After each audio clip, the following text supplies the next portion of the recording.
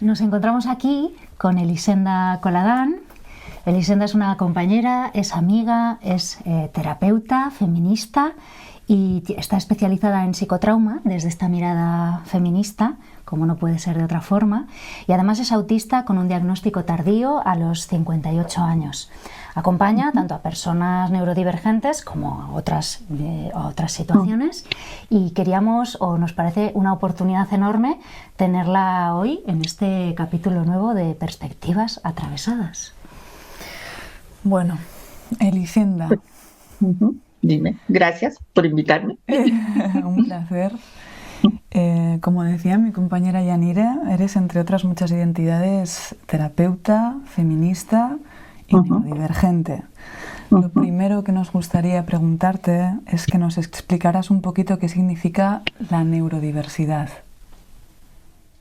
Bueno, la neurodiversidad es un concepto que fue creado en los años 90 desde colectivos de personas autistas, y lo que se explica a través de ese concepto es que hay una diversidad de funcionamiento de mentes de cerebros humanos y que dentro de esa diversidad pues hay personas que tienen un funcionamiento que se llamaría neurodivergente y las otras personas tendrían un funcionamiento neurotípico. Pero hoy en día se cuestiona mucho esa noción de neurotípico porque, bueno, no es tan típico.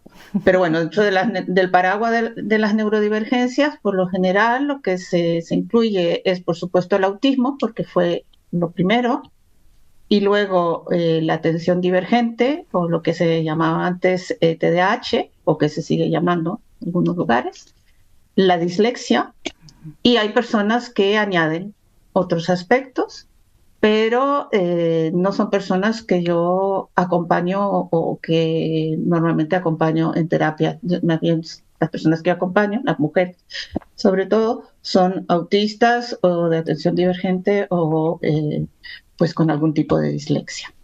Y también lo que es importante es que eso vino de la comunidad autista, pero fue acuñado por una socióloga y psicóloga que se llama Judy Singer al final de los años 90, y entonces siempre se considera que es ella la que pues habló de esas nociones y siempre se le da la autoría.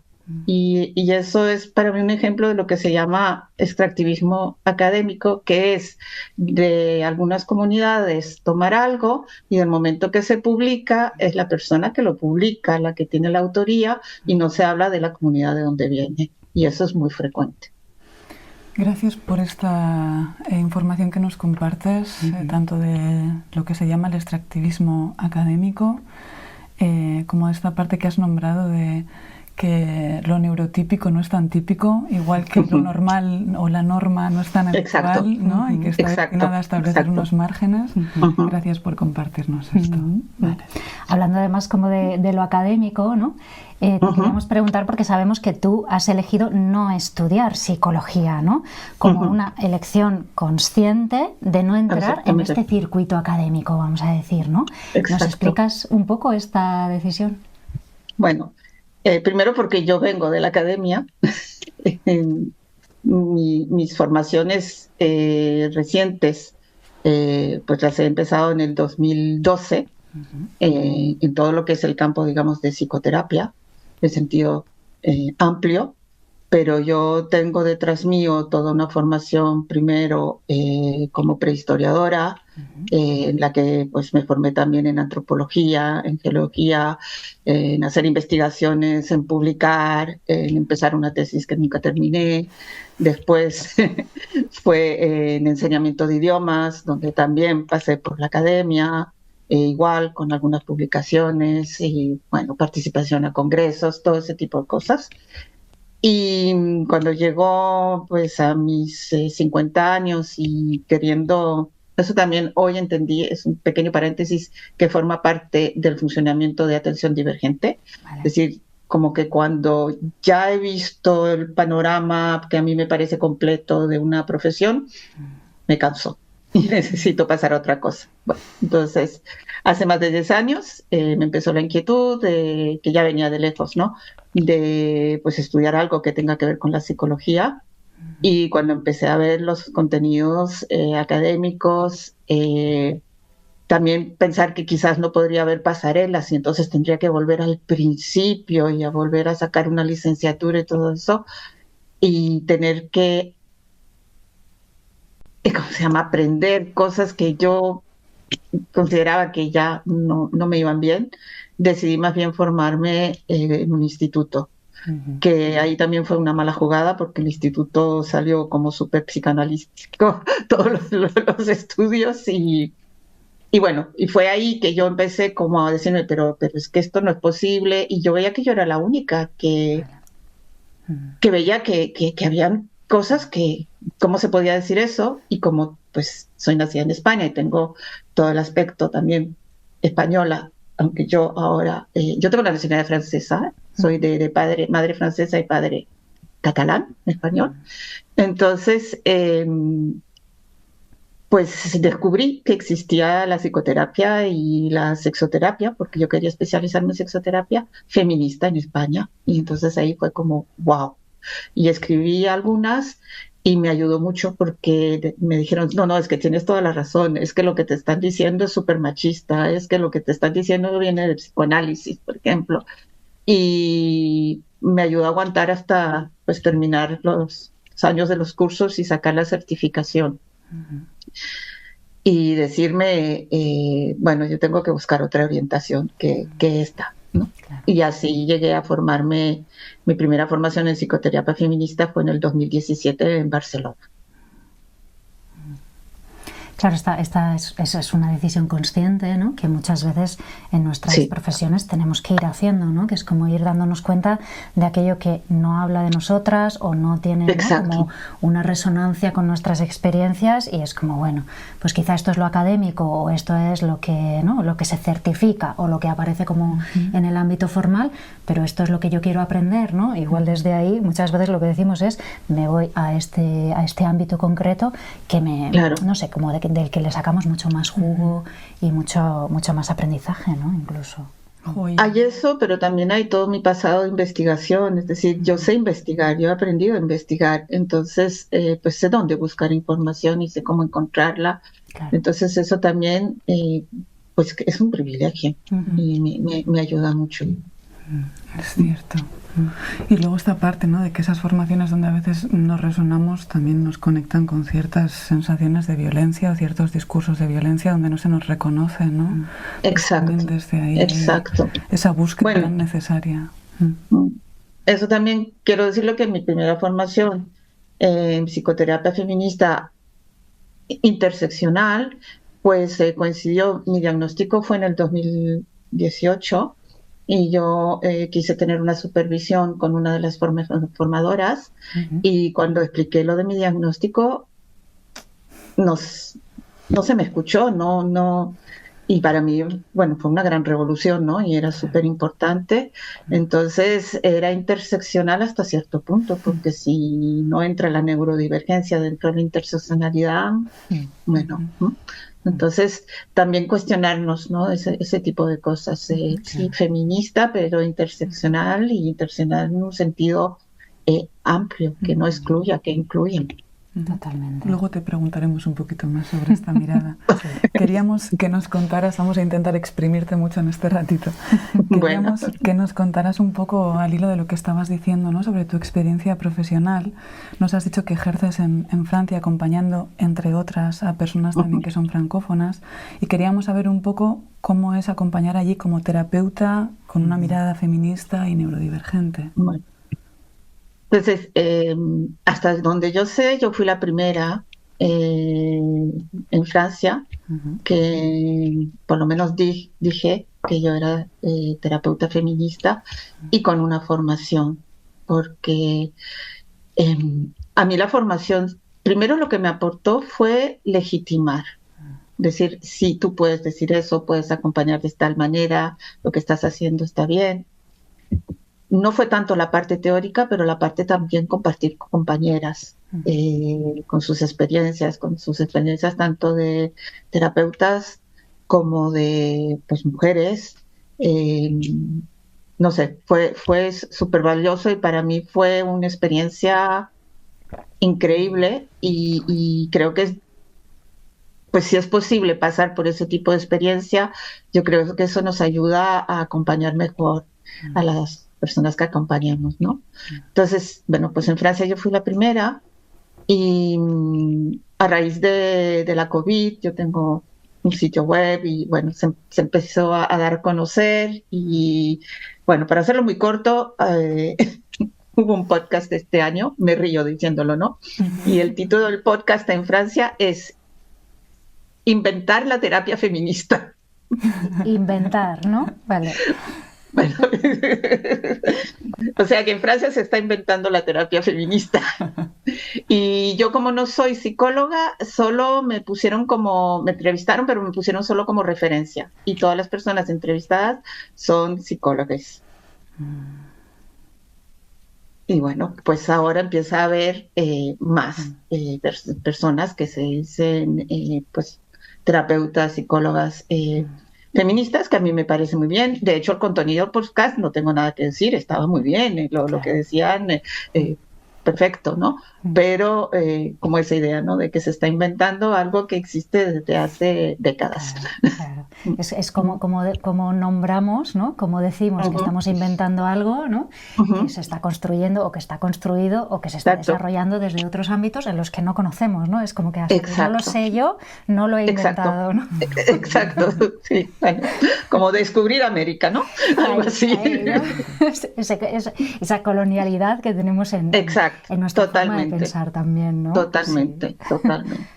Y respecto a esto, tú te has formado en psicotrauma y hablas de la importancia, ¿no? de acompañar a personas neurodivergentes, de tener una perspectiva feminista y de estar formada en psicotrauma, ¿no? Vamos a decir, de todos estos enlaces, ¿no? Totalmente. Cuéntanos un poco por qué es tan importante, ¿no?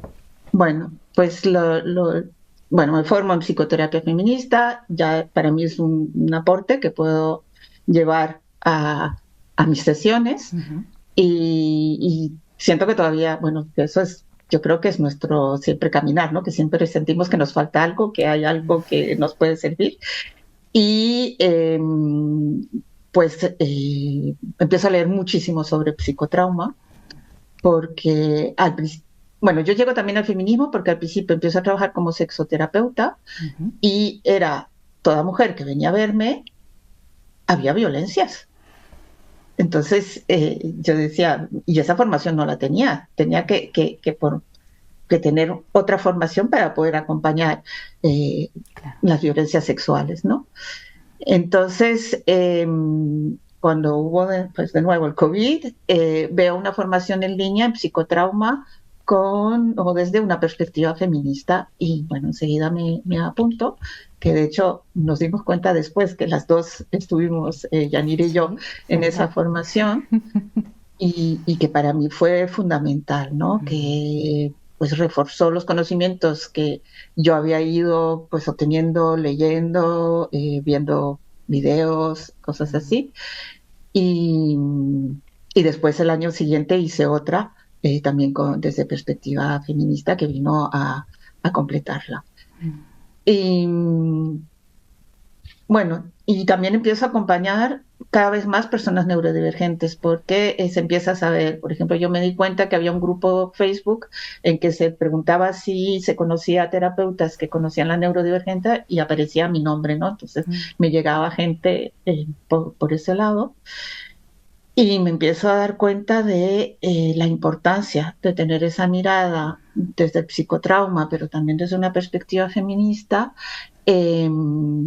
en lo que es el acompañamiento de personas neurodivergentes.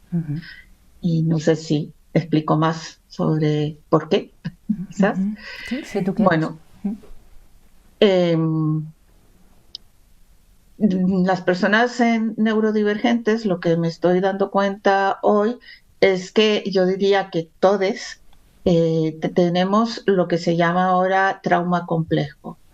Es decir, vivencias desde la infancia y hasta la edad adulta de orden traumático, ¿no? Y que son debidas al hecho que no podemos ser nosotros mismos en esta sociedad, que tenemos que enmascaramos sin saber que enmascaramos, pero nos damos cuenta desde muy pequeños que nuestro comportamiento no es el que es esperado y entonces pues miramos cómo tenemos que hacerlo y vamos como copiando mucho.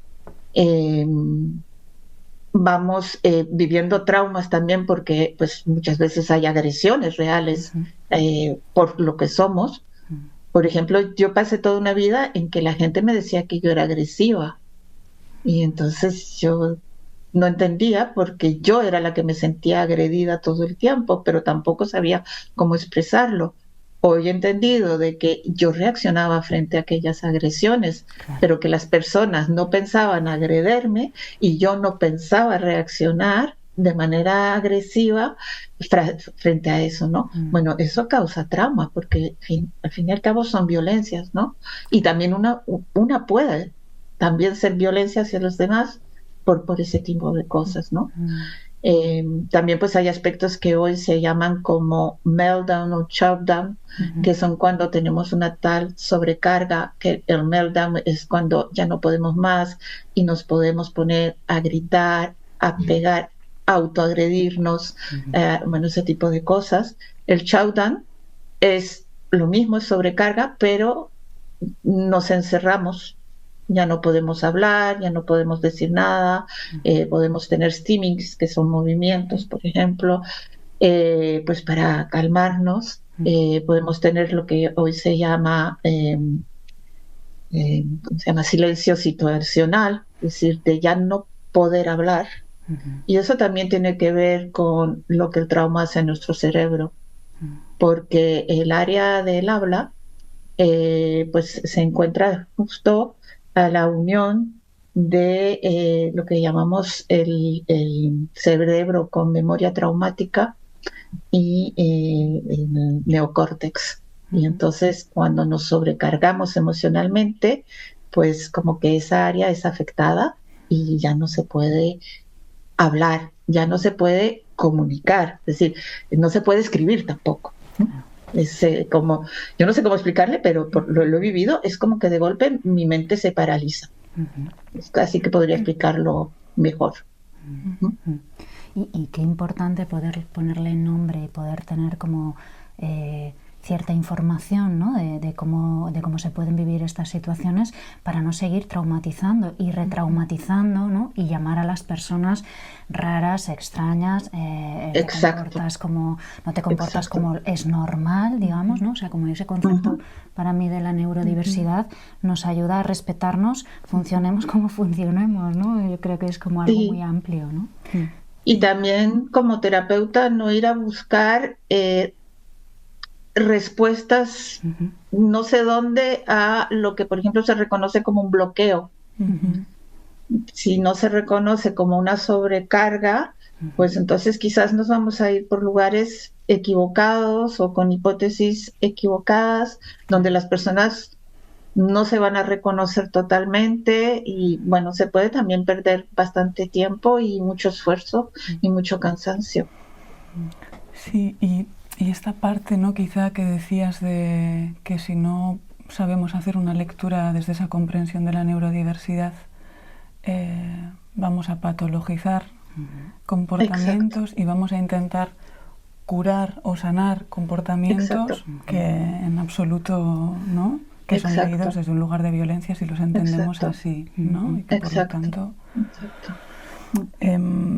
Desde ahí, Elisenda, sabemos cada vez más profundamente que los psicólogos o cualquier profesional que trabaja acompañando procesos de salud podemos generar mucho malestar si no incluimos esta mirada, ¿no? Crítica, interseccional, en este caso neurodivergente y feminista en nuestro trabajo, ¿no? ¿Tú crees que es importante que haya psicólogos, profesionales de la salud, de la educación, que sean personas neurodivergentes acompañando a personas neurodivergentes? Bueno, importante en sí, yo creo que las hay. Las hay. Lo que es importante es poderlo decirlo y decirlo dentro de espacios seguros. Vale. No que si al decirlo nos digan que somos malas profesionales o que no podemos acompañar por el mismo hecho de ser neurodivergentes.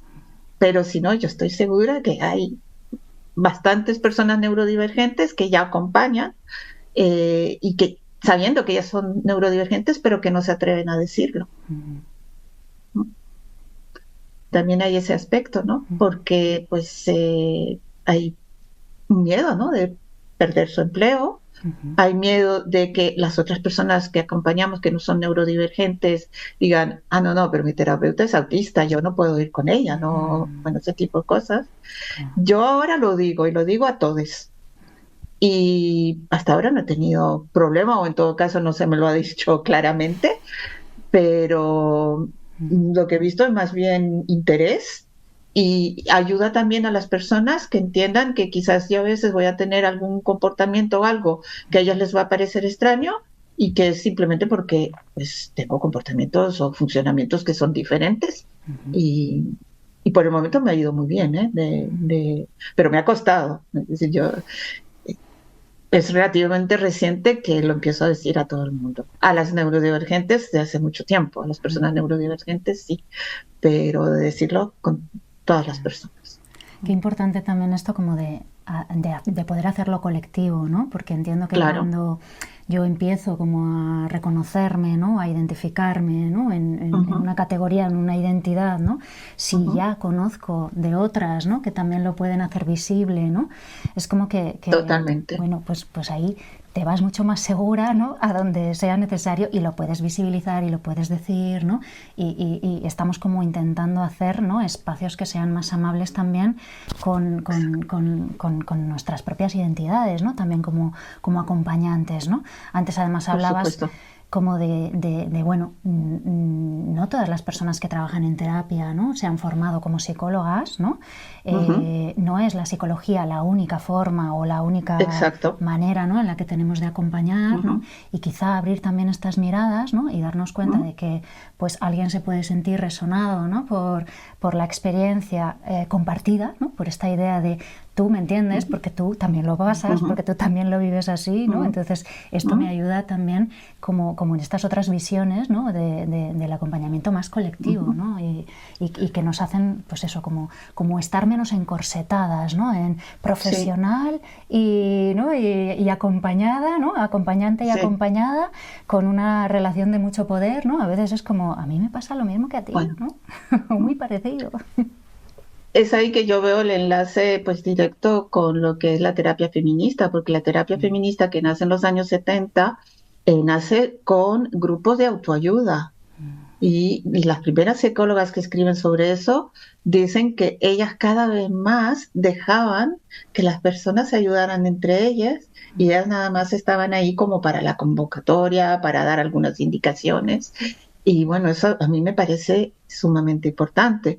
Y luego, no estar formada en psicología, yo pienso que yo estoy muy formada e informada en psicología, que no pasé por la academia, sí, pero eso no significa que no estoy formada o que saqué un cursillo de fin de semana, como es lo que oigo mucho, y que a partir de ahí yo digo, pues no, formada y no paro de formarme. Tengo una gran ventaja de que pues soy trilingüe y que puedo formarme en francés, que puedo formarme en español, que he vivido en Latinoamérica y aprendo muchísimo de las personas neurodivergentes latinoamericanas. De hecho, la primera vez que yo oí psicólogas decir que eran neurodivergentes fueron unas psicólogas chilenas y yo dije, wow, se puede decir entonces. Y como que ellas me autorizaron a decir, yo ya lo decía, pero no en las sesiones, yo no lo decía en mi sitio profesional y entonces gracias a ella pues empecé a decirlo, ¿no? Sí. Qué bueno, Y ojalá. también pues me formo con Quebec, porque en Quebec, en idioma francés, están mucho más adelantados que en Francia. Ojalá este ratito escuchándote y quienes nos escuchan, esas profesionales neurodivergentes, se animen desde tu relato a poder compartirse también desde ahí, ¿verdad? Ya hay, ya hay. Ya hay. Tuve la sorpresa de una que yo no conocía, pero que ella me di cuenta por Instagram. Ella sí me conoció en un congreso de no monogamias en Barcelona en el 2019, donde yo me presenté como autista y que a ella eso fue como, wow, no puede ser terapeuta y autista, y bueno, eso abrió, y eso me di cuenta hace poco, me di cuenta ahora en septiembre, cuando di el curso en Bilbao. Entonces, pues sí, reforzó más eso de que hay que decirlo, porque eso ayuda a las demás personas a decirlo, ¿no? Hay que Y también, decirlo y hay que visibilizarlo, ¿no? claro, Y eso ayuda, es verdad, a que seamos más, ¿no? claro, pero lo mismo me imagino que empezó con el feminismo, ¿no? Las primeras terapeutas feministas deben haber dicho, uy, la que se va a venir, puedo, no puedo. Y Claro. bueno, ahora, por en todo caso en España, ya es algo eh, pues relativamente común. Y bueno, en Francia, que lo está inventando, pues ya se va a hacer común también. Con todo esto que nos has compartido, Elisenda, teníamos como una última pregunta, ¿no? Que te queríamos como no sé si es una opinión o es ¿no? como una pregunta, pero de alguna forma era como el pensar si crees que es posible el acompañamiento que no incluya una mirada neurodivergente interseccional, en el sentido de si existe un acompañamiento neutral y justo sin estas miradas, ¿no? Esto que nos han dicho siempre de la neutralidad de la terapeuta, le terapeuta. Bueno, pues como todos nosotros, ¿no? De que los estudios es lo que nos dicen, ¿no? De las formaciones, de esa mirada neutral. Eh, a mí me encantó, no me acuerdo en qué grabación que hiciste tú, Yanire, pero que dijiste de que esa neutralidad nos lleva a disociarnos. Y yo hacía rato que pensaba eso y dije, pero es que es eso. Y entonces lo que yo digo es, si nos disociamos, ¿cómo podemos acompañar personas disociadas? Claro. ¿Mm?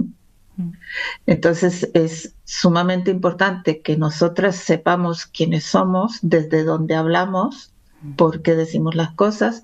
Bueno, una de las cosas que me autorizó, pongo comillas, mi primera formación en psicoterapia feminista fue poder decir, es que te entiendo, porque yo también he vivido violencias. Yo he vivido cosas parecidas, sin tener que contarlo todo, pero simplemente, porque no se trata de eso, pero decir, te entiendo, es que yo he pasado por eso. Eso ayuda tanto a las personas que vienen a vernos, porque muchas veces vienen y dicen, es que no sé si realmente fue violencia, y yo también fui violenta, entonces quizás, bueno, cuando, pues, un poco lo que yo expliqué, ¿no? De que se me decía agresiva, pero era porque me agredían, bueno, pues entender esos mecanismos y decir, pues he pasado por eso, ayuda mucho. Y para las personas neurodivergentes, es que para mí es cada vez precioso cuando les digo, sí, es que lo que te pasa es esto, lo otro, y se me quedan viendo. Dicen, es que es exactamente eso. Le digo, claro, es que yo lo vivo. Claro. Ese es el yo te entiendo, ¿no? Sí, sí, sí, sí. Sí. Más de yo te creo, que es súper importante, pero también yo te entiendo. Hemos pasado por situaciones similares. Y yo hoy tengo herramientas y las puedo compartir contigo. Yo tengo conocimiento y lo puedo compartir contigo. Y entonces hablar desde este punto de vista, no, yo sé lo que para ti es bueno. No, yo comparto y pues vamos a ver cómo te va, lo que pues puedes tú coger y que te va a convenir o no. Yo siempre digo que doy pistas, porque a veces me dicen, es que el consejo que me diste, y digo, pues yo trato que no sean consejos, que sean pistas y tú ves cuál pues es la que te conviene. Pues nos quedamos con todas las pistas y que nos has compartido hoy, Elisenda, con esta importancia que tiene poder acompañar, ¿no?, desde estas miradas interseccionales. Ahora ya sabemos un poquito más de la importancia de incluir una mirada desde la neurodiversidad. Y nosotras hoy queríamos además agradecerte, porque es una oportunidad tenerte aquí y saber de primera mano cómo se vive acompañar a personas neurodivergentes, en este caso desde tu propia experiencia, además encarnada, de ser una mujer neurodivergente, ¿no? Sabemos que tu participación además aquí, y esto también lo queríamos nombrar y le queríamos poner palabras, te supone un gran esfuerzo. Sabemos que para ti ahora es necesario recuperarte, tomarte unos días de descanso, y para nosotras ponerle palabras a eso es también ponerle un reconocimiento a ese regalo que nos haces, porque es un regalo tenerte aquí desde ahí. Pues yo agradecerles abrir estos espacios, porque eso me permite poder explicar lo que explico, decir lo que digo, dar mi testimonio, y pues lo que dijimos, ¿no?, que eso puede ayudar a otros terapeutas, pero también puede ayudar a personas neurodivergentes a decirse, yo puedo buscar una terapeuta que sea de neurodivergente, porque ahí, como yo puedo buscar una terapeuta que sea feminista, porque ahí pues hay más probabilidades que esté en un entorno que me convenga, en el que yo me sienta escuchada, entendida, y que pues también me ayude a avanzar, ¿no? Que de eso es lo que se trata. Totalmente. Entonces, muchísimas gracias. Muchísimas gracias a ti, siempre es un placer y aprendemos muchísimo contigo. Igual. Gracias. Seguimos. Seguimos. Bueno.